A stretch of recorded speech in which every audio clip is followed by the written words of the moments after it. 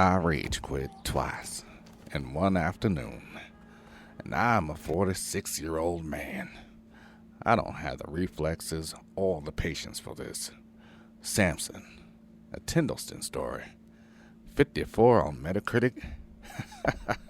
They scored it too high. Alright, here's the pitch. You owe $100,000 to some very unhappy people. Your sister is collateral, you go back to your dirty little city, and you do crime until you pay it off. Simple enough, right? Back in my day, we had a little game called Grand Theft Auto. Maybe you've heard of it. This game looks at Grand Theft Auto 4 and says, "Hold my broken controller." The city of Tindleston, let me describe it to you. Imagine the ugliest part of every city you've ever driven through. The part where you lock your car door and then make it smaller. That's Tindleston. To the game's credit, and I am being very generous here, it looks gross in a good way. Gritty, authentic, like somewhere real bad things actually would happen.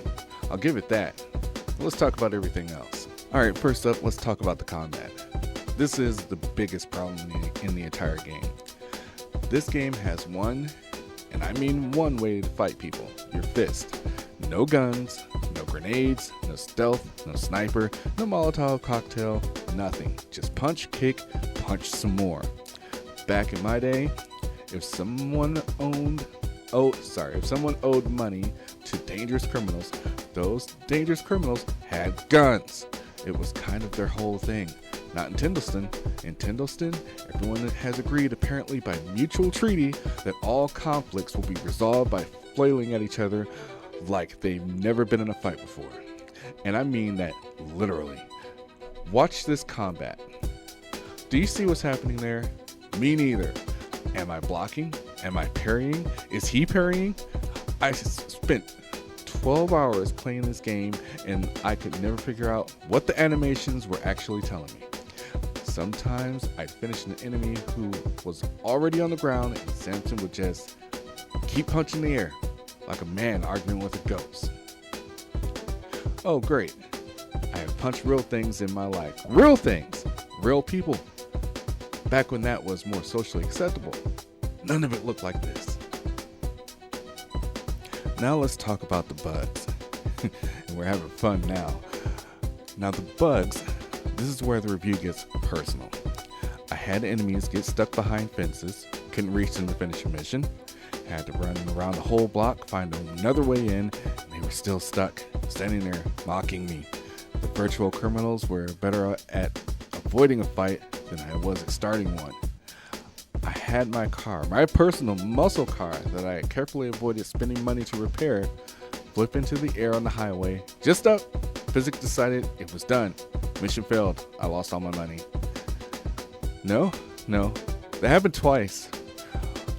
On two different days, I rage quit both times. At my age, I should not be rage quitting video games. My blood pressure can't support it. And here's the best part. You can't steal a car from someone who's driving it. In a Grand Theft Auto style game, you cannot steal occupied cars. So when your car explodes on a highway, and it will, you have to run on foot down an exit ramp to find a parked car as a grown man in his 40s trying to pay off a debt to criminals running down a highway on a ramp looking for a beige 1994 sedan. These vintage reflexes of mine are not built for this nonsense. And then there are the missions. The most important thing in a game like this is like Groundhog Day in crime. Here's how the game works. Every day you wake up in your terrible apartment, and by the way, crib is what they call it, because someone at the studio thought it was still 2003. You pick from a few jobs, beat up some guys, chase a car, steal a package, beat up some more guys. Sounds fine. A little repetitive, but fine. Then you do it again tomorrow, and again, and again. By hour 3, I had seen every mission type the game has to offer. By hour 6, I felt like I was living the same Tuesday on repeat. By hour 10, I was playing it purely out of spite. The roguelike mechanic, where you can lose your money if you fail is actually a clever idea. I'll say that. There are genuine stakes. I appreciated that. And then I ran the same beat up 12 guys in a warehouse mission for the 8th time, and the appreciation evaporated. The one good thing, the cars, sort of. Look, I'm not entirely unreasonable. The driving when it works is actually enjoyable. The cars handle like boats, big, dented, boxy boats with no brakes, slamming into another feels appropriately catastrophic. There's something almost fun about piloting a 1993 Buick looking thing into oncoming traffic for a mission. But, and this is a big but, your car breaks after about 3 crashes. It's then expensive to fix, and since you're always broke, you just don't. You abandon your personal vehicle and drive a stolen beige sedan for the rest of the game. One good thing, has a self-destruct button built in. My final thoughts in the game. Samson, a Dendelston story, 54 on Metacritic.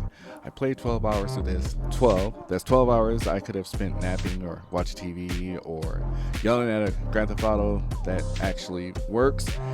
Is there a game in here somewhere? Maybe. The debt mechanic has a genuinely clever idea under all the jank.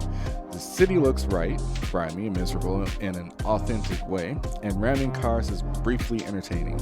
But the combat is broken, the mission repeat immediately, the bugs are everywhere, and somewhere in a Dendelston warehouse, there is an enemy still stuck behind a fence, waiting for me to come back and finish the fight. I'm not going back. Even if I die, and this game nearly killed me twice spiritually, at least I took it down before it got another $1 from me. Do not buy this game at full price. Wait for a patch, or 3, or just fire up Grand Theft Auto 4, and remember what functional melee combat feels like. This is Grandpa. My reflexes are vintage. My patience is not. See you next time.